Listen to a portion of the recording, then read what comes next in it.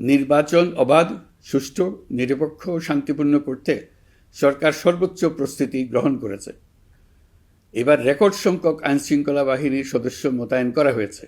পাশাপাশি ম্যাজিস্ট্রেসি ক্ষমতাসম্পন্ন সশস্ত্র বাহিনীর সদস্যদেরও ব্যাপকভাবে দায়িত্বে রাখা হয়েছে, যাতে যে কোনো ধরনের বিশৃঙ্খলা বা সহিংসতা দ্রুত ও কঠোরভাবে প্রতিহত করা যায়।